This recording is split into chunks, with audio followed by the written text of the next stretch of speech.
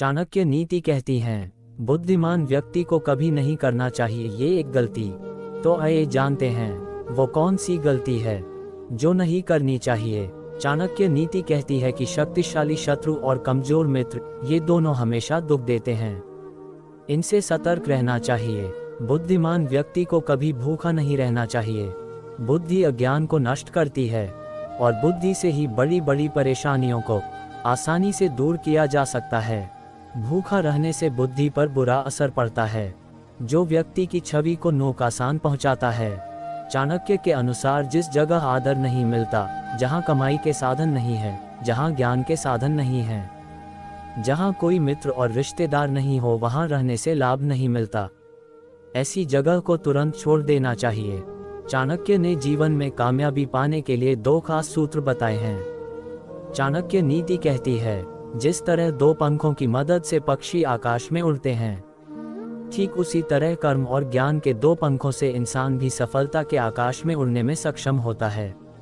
चाणक्य कहते हैं कि सुखी और सफल रहना है तो हमेशा सच बोलें, सोच समझकर खर्च करें, नकारात्मक विचारों से दूर रहें। ऐसा करने वाले चैन की नींद सोते हैं। महान नीतिशास्त्री और अर्थशास्त्री रहे आचार्य चाणक्य ने मनुष्य के जीवन में आने वाली कठिनाइयों को दूर करने और सफलता हासिल करने के लिए सैकड़ों नीतियों का वर्णन अपने नीतिशास्त्र में किया है। इसी में वो मोक्ष प्राप्त करने के तरीके को भी बताते हैं। आइए जानते हैं चाणक्य ने मोक्ष के मार्ग के बारे में क्या कहा है। बंधन्य विषयासंगः मुक्त्य निर्विषयम मनः, मन एवं मनुष्याना कारण बंध मोक्षयोः। आचार्य चाणक्य का कथन है कि बुराइयों में मन को लगाना ही बंधन है और इनसे मन को हटा लेना ही मोक्ष का मार्ग दिखाता है। इस प्रकार यह मन ही बंधन या मोक्ष देने वाला है। इसका आशय यह है कि मन ही मनुष्य के लिए बंधन और मोक्ष का कारण है, क्योंकि इसका स्वरूप ही संकल्प विकल्प रूप है। ये कभी स्थिर नहीं रहता, निरंतर ऊहापोह, तर्क वितर्क और गुण दोषों के विवेचन में लगा रहता है। इसलिए इससे सिद्धांत का जन्म तो होता नहीं, सदा विकल्प लगा रहता है। लेकिन मन भी अभ्यास एवं वैराग्य के द्वारा वश में करके मोक्ष प्राप्त किया जा सकता है। इन दोनों के अतिरिक्त मन बंधन का कारण तो बनता ही है। देहाभिमान गलिते ज्ञानेन परमात्मनः यत्र यत्र मनो याति तत्र तत्र समाध्यः।